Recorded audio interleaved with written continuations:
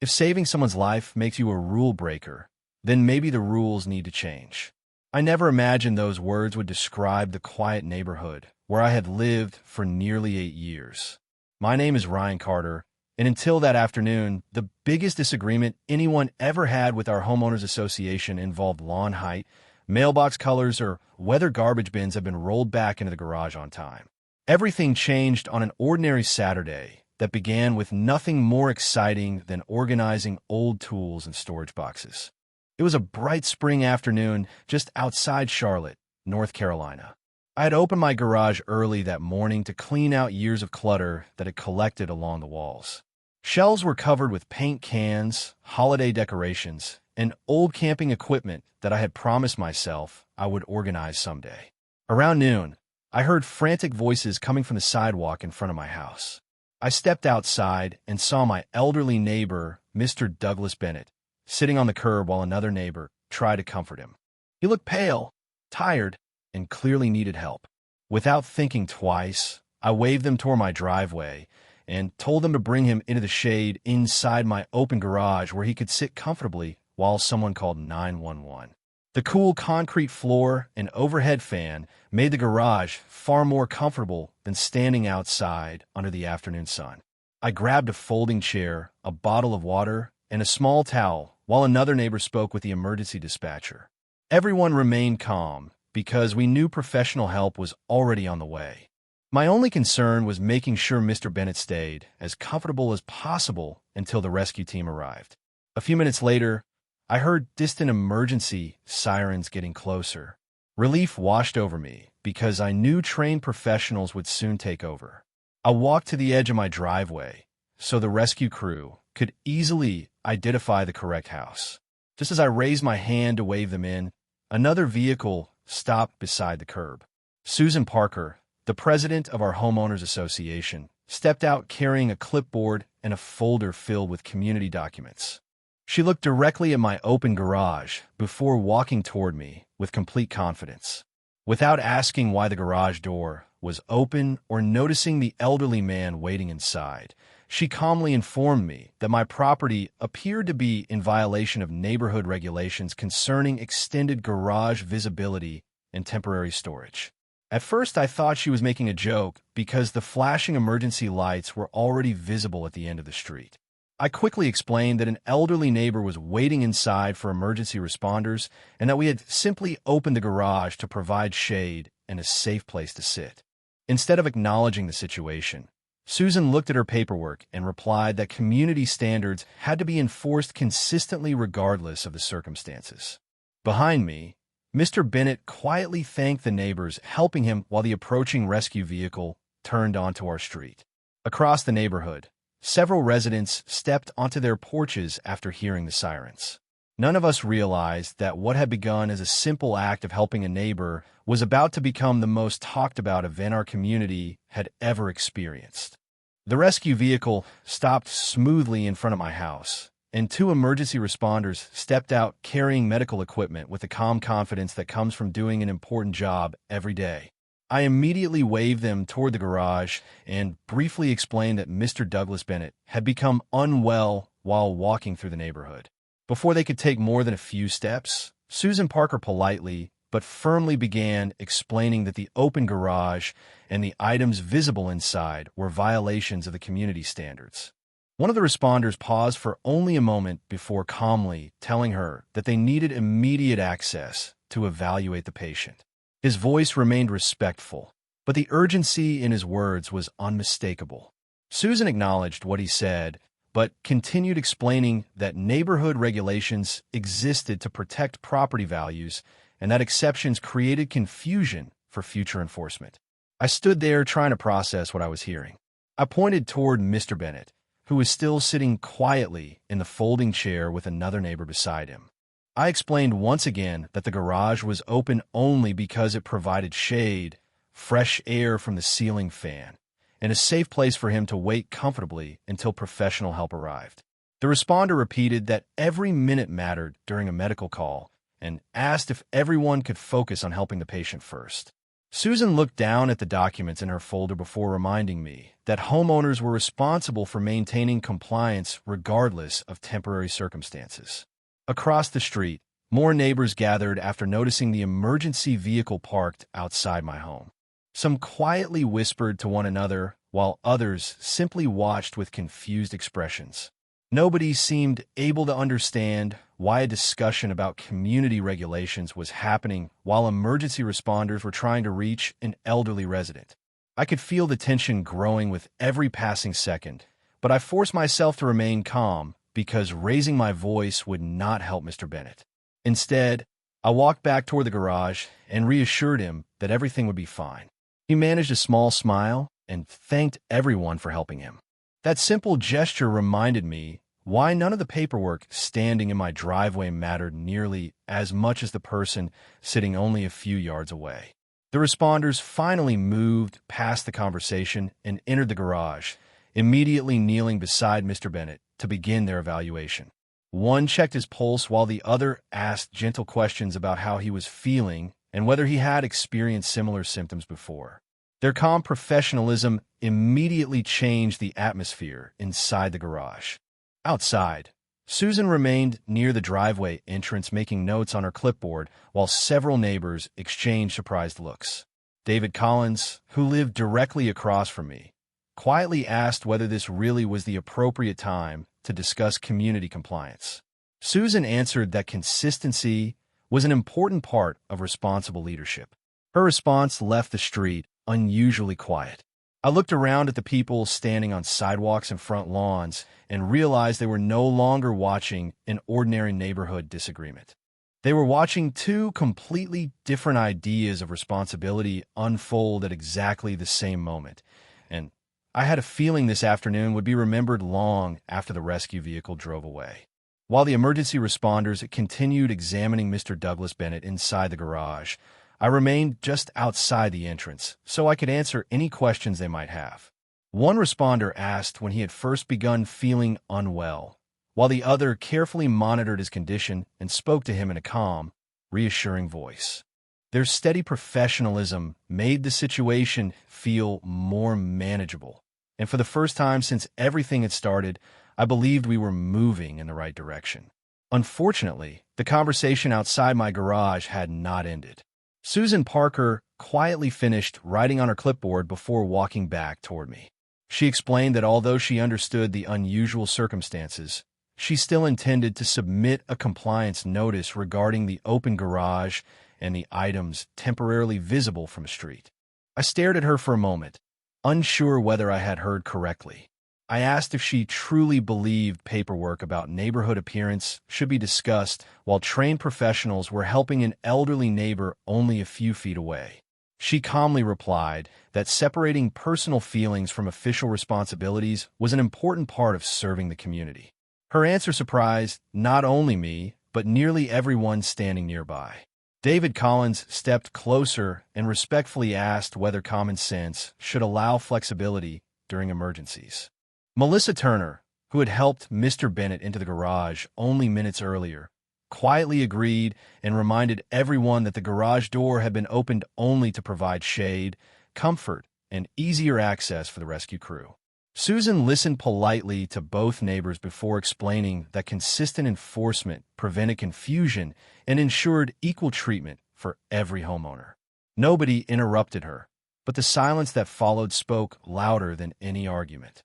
Several neighbors exchanged concerned looks, and more people quietly arrived after hearing about the unusual situation unfolding on our street. Some stood at the edge of their driveways, while others remained on the sidewalk, observing everything without interfering. A few held their phones at their sides, recording what they believed was an important moment for the community. Inside the garage, one of the responders informed me that Mr. Bennett's condition appeared stable enough for transportation to the hospital for further evaluation. Hearing those words filled me with relief. They carefully explained each step to him before preparing a stretcher, making sure he felt comfortable and informed throughout the process. As they guided him toward the driveway, neighbors instinctively moved aside to create a clear path. Mr. Bennett smiled weakly and thanked everyone for their kindness, reminding all of us that even during stressful moments, simple compassion could make an enormous difference. Before the responders loaded him into the rescue vehicle, one of them shook my hand and thanked me for giving them a cool, accessible place to care for him before transportation. He said that providing shelter and easy access had helped them work efficiently, and those words stayed with me. As the rescue vehicle slowly pulled away with its lights flashing, the crowd remained standing in thoughtful silence. Susan closed her folder and walked back toward her vehicle without another word. Watching her leave, I realized that the emergency itself was no longer the only story people would remember. The conversations beginning across front porches, sidewalks, and neighborhood streets were about responsibility, compassion, and whether rules truly served their purpose when they failed to recognize the value of helping another human being. After the rescue vehicle disappeared down the street, the neighborhood remained unusually quiet. Most people did not return inside their homes immediately. Instead, they stayed on their front lawns or gathered in small groups along the sidewalks, quietly discussing everything they had just witnessed. I stood alone in my driveway for a few moments, looking at the still open garage that had become the center of so much unexpected attention. The folding chair Mr. Douglas Bennett had used remained exactly where he had left it, along with the bottle of water and the small towel I had handed him earlier. Those ordinary objects suddenly reminded me how quickly an ordinary afternoon could change. I closed the garage door, gathered my keys, and drove to the hospital to check on Mr. Bennett. During the drive, I replayed every conversation in my mind, especially the moment when helping someone had somehow become secondary to a discussion about neighborhood regulations. When I arrived at the hospital, one of the emergency responders recognized me in the waiting area and smiled. He explained that Mr. Bennett was comfortable, responding well to treatment, and undergoing additional evaluation as a precaution. Hearing that news finally allowed me to take a deep breath. A short time later, I was allowed to visit him. He looked much better than he had only a few hours earlier. Although he was understandably tired, he thanked me for opening my garage and giving him a comfortable place to wait until the rescue team arrived. I told him that any neighbor would have done the same thing, but he quietly shook his head and said that compassion was always a choice. Those words stayed with me long after I left his room. While I was still at the hospital, my phone began filling with messages from neighbors. David Collins wrote that several residents had shared their recordings of the afternoon because they believed the entire sequence of events should be accurately documented. Melissa Turner sent another message saying that many homeowners were already discussing whether the association needed clearer policies for emergency situations. Other neighbors simply checked on Mr. Bennett and wished him a quick recovery. Reading those messages reminded me that our neighborhood was filled with caring people who genuinely wanted the best for one another. Later that evening, I returned home and found an official envelope from the Homeowners Association placed inside my mailbox. I already suspected what it contained before I opened it. Inside was a formal compliance notice stating that my garage had remained open with visible stored items during the afternoon, creating what the document described as a temporary violation of community appearance standards. There was no mention of the medical emergency, the emergency responders, or the reason the garage had been opened in the first place. I read the notice twice before quietly placing it back into the envelope. Instead of feeling angry, I felt disappointed that a document could describe the appearance of my garage while completely ignoring the reason it had been opened. As the sun slowly disappeared behind the rooftops, I looked across the neighborhood and noticed porch lights beginning to turn on one by one. Everything appeared peaceful again, but I knew that beneath the calm surface, conversations had already begun that would soon force our entire community to decide whether following a rule was more important than helping a neighbor when compassion mattered most. The following morning, I woke earlier than usual, but instead of thinking about work or the unfinished boxes still sitting inside my garage, my attention kept returning to the compliance notice resting on my kitchen table. I read it one more time, hoping I had overlooked some acknowledgement of the circumstances that had led to the garage being opened. There was nothing. The document described the condition of my property in precise detail, yet it never mentioned the elderly neighbor who had needed immediate assistance or the emergency responders who had thanked me for giving them a comfortable place to evaluate him. I folded the notice, placed it back inside the envelope, and decided that my energy would be better spent checking on Mr. Douglas Bennett than worrying about paperwork. When I arrived at the hospital later that morning, I found him sitting comfortably in a chair beside the window. His color had returned, and he greeted me with the same warm smile that had made him one of the friendliest people in our neighborhood. His physician had already explained that he was recovering well and expected to return home soon with instructions to rest and attend several follow-up appointments. Hearing that news felt like a tremendous relief. Mr. Bennett thanked me once again for opening my garage and creating a comfortable place where the rescue team could help him without exposing him to the afternoon heat. I smiled and told him that any decent neighbor would have made the same decision, but he quietly replied that kindness often seemed obvious only after someone chose to act. Those words stayed with me throughout the day. When I returned home that afternoon, several neighbors were waiting near my driveway.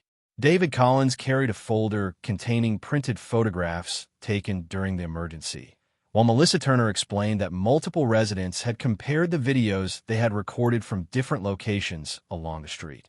Together, they showed the complete sequence of events from the moment Mr. Bennett entered my garage until the rescue vehicle left for the hospital. Nobody had gathered to criticize anyone personally. Instead, they wanted to preserve an accurate record of what had happened because they believed facts mattered more than rumors. David also told me that many homeowners had already contacted the association requesting a special meeting to discuss how emergency situations should be handled in the future. Several residents who had never attended a homeowners association meeting before now planned to participate because they believed the issue affected everyone living in the neighborhood. As we stood talking beside my driveway, more neighbors joined conversation. Some shared stories about times strangers had helped them during unexpected situations, while others spoke about the importance of balancing written regulations with practical judgment. The discussion remained thoughtful and respectful, yet there was a growing sense that our community had reached an important turning point. Looking around at the familiar faces gathered outside my home, I realized the real issue was no longer the open garage or the compliance notice resting inside my house. The neighborhood had begun asking a much larger question about what kind of community we wanted to become, and I sensed that the answer would shape far more than a single rule in the months and years ahead. 3 days later, Mr. Douglas Bennett returned home, and seeing him walk slowly from his daughter's car brought genuine relief to everyone who had worried about him. Neighbors gathered along the sidewalk to welcome him back, offering warm smiles, kind words, and promises to help with anything he might need while he continued recovering. He thanked everyone for their support and reminded us that living in a neighborhood meant much more than sharing the same street. Watching those simple conversations unfold made me realize how closely our community had grown because of one unexpected afternoon. Later that evening, I received an official electronic mail from the Homeowners Association announcing a special meeting scheduled for the following week. According to the notice, the board intended to discuss emergency response procedures, homeowner concerns, and several recommendations that have been submitted after recent events. Within minutes, my phone began receiving messages from neighbors encouraging me to attend. David Collins wrote that I did not need to prepare an argument because everyone had already seen what happened with their own eyes. Melissa Turner added that people simply wanted the board to hear an honest account from someone who had experienced the situation firsthand. During the next several days, I was surprised by how many neighbors stopped me during evening walks or while collecting their mail. Some admitted they had always assumed emergency situations would automatically take priority over every other community rule. Others confessed they had never considered the possibility until they witnessed it outside my own garage. The conversations remained respectful, but nearly everyone agreed that written policies should never leave room for uncertainty when someone's well-being depended upon immediate action. Meanwhile, the videos recorded by neighbors continued circulating privately among homeowners. Because they had been captured from several different locations, they provided a clear timeline showing the rescue responders arriving, Mr. Bennett receiving assistance inside the garage, and the discussion about the open garage taking place while trained professionals focused on caring for him. No single recording told the entire story, but together they painted a complete picture that matched what everyone remembered seeing. One afternoon, I encountered Susan Parker while walking my dog through the neighborhood. She greeted me politely, and after a brief pause, she said she understood many residents were unhappy with how everything had unfolded. She explained that she believed she had been fulfilling her responsibility as Homeowners Association President by applying the rules consistently. I listened carefully before quietly responding that consistency was valuable only when it never overshadowed compassion. Neither of us raised our voices or argued. We simply acknowledged that we viewed the situation from very different perspectives. As we went our separate ways, I could not help wondering whether the upcoming meeting would finally bridge that gap. By the end of the week, anticipation throughout the neighborhood had become impossible to ignore. Front porch conversations continued late into the evenings, electronic mail discussions remained active, and homeowners who rarely attended association meetings confirmed they planned to be there. It no longer felt as though the community was debating an open garage or a compliance notice. Instead, everyone seemed ready to decide what kind of values would guide our neighborhood whenever ordinary rules met extraordinary circumstances, and I knew that decision would affect every family who called this place home. The evening of the special Homeowners Association meeting arrived with an attendance unlike anything our neighborhood had experienced before. The clubhouse parking lot filled long before the meeting officially began, and homeowners who usually skip community gatherings quietly took seats alongside longtime residents. There was no sense of hostility in the room.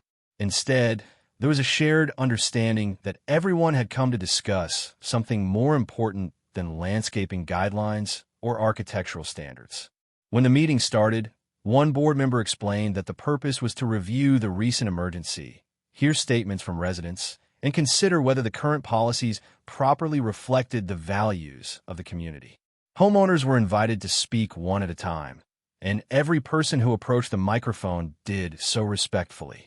David Collins described exactly what he had seen from across the street, explaining how the open garage had simply provided a comfortable place for Mr. Douglas Bennett to wait while emergency responders arrived. Melissa Turner spoke next, recalling how neighbors worked together without hesitation because helping someone in need had seemed like the only reasonable choice. Several other residents shared similar observations, emphasizing that the emergency responders remained calm and professional throughout the entire situation, while everyone else focused on making sure Mr. Bennett received the assistance he needed. When my turn came, I stood quietly for a moment before telling the story exactly as I remembered it.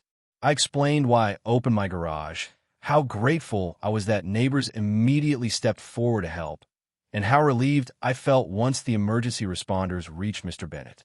I also spoke honestly about receiving the compliance notice afterward.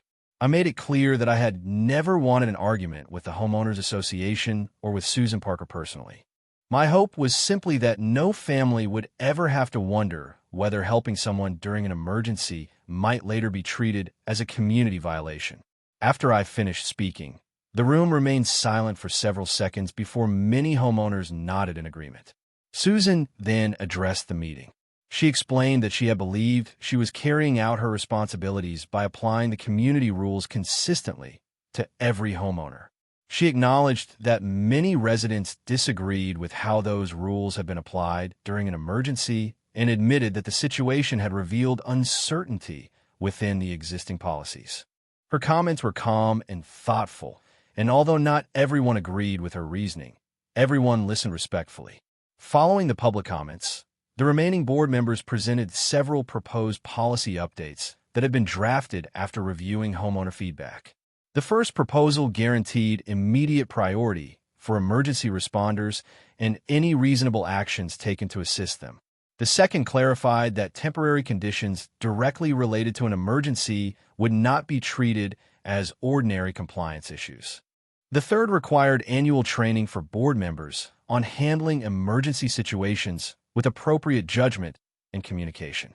As each proposal was discussed, homeowners expressed strong support for creating clearer protections that place public safety first. Looking around the room, I realized that the meeting had become something much more meaningful than a debate about one afternoon or one garage door. It had become a conversation about the character of our entire neighborhood. And for the first time since everything began, I truly believe we were moving toward a future where compassion and common sense would always guide the decisions we made together. The board members spent the next several minutes reviewing each proposal in detail, carefully explaining how the updated language would remove uncertainty whenever emergency situations occurred within the community. Every recommendation emphasized that homeowners, neighbors, and emergency responders should be able to focus entirely on helping someone in need without worrying that temporary actions taken during an emergency would later be treated as ordinary compliance issues. As the discussion continued, homeowners asked thoughtful questions about how the new policies would be applied, and the board answered each one with unusual transparency.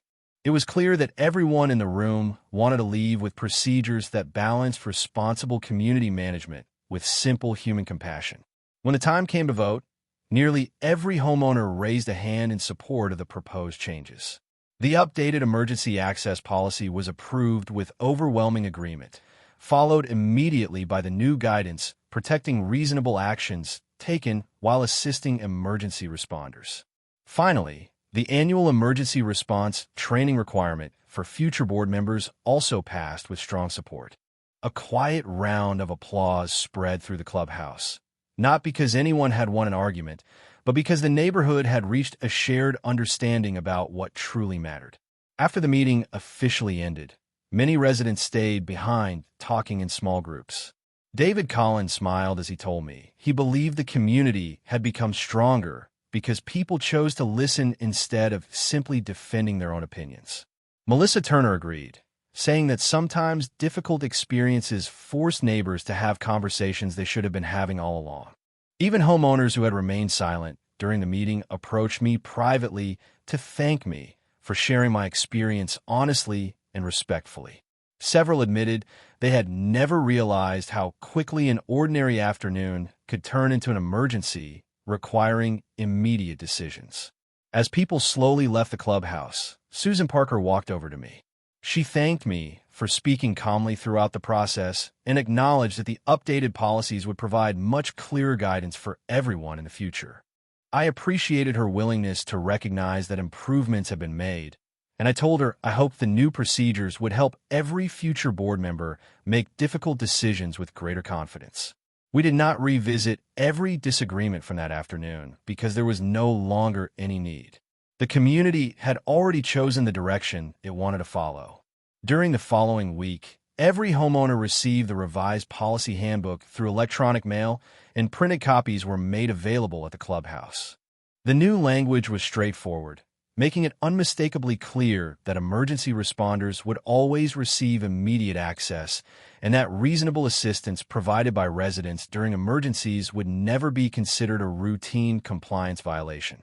Reading those updated pages gave me a quiet sense of satisfaction because they represented something much larger than revised wording. They represented a promise that compassion would always have a place beside community standards. Looking across the neighborhood during my evening walk a few days later, everything appeared ordinary once again. Children rode bicycles, neighbors greeted one another from front porches, and garage doors opened and closed without anyone giving them a second thought. Yet beneath that familiar routine, our neighborhood had quietly become a better place, shaped by the decision to place people first whenever ordinary rules met extraordinary circumstances. As the seasons gradually changed, life in our neighborhood settled into a comfortable rhythm once again, but the lessons from that extraordinary afternoon never disappeared. The updated policies were no longer just words printed in a handbook. They became part of the way our community approached responsibility, communication, and compassion.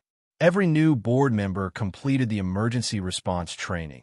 Neighborhood newsletters reminded residents about the updated procedures, and everyone understood that helping someone in need would always come before concerns about temporary appearances. Those changes quietly transformed the atmosphere throughout the community. Mr. Douglas Bennett continued recovering remarkably well.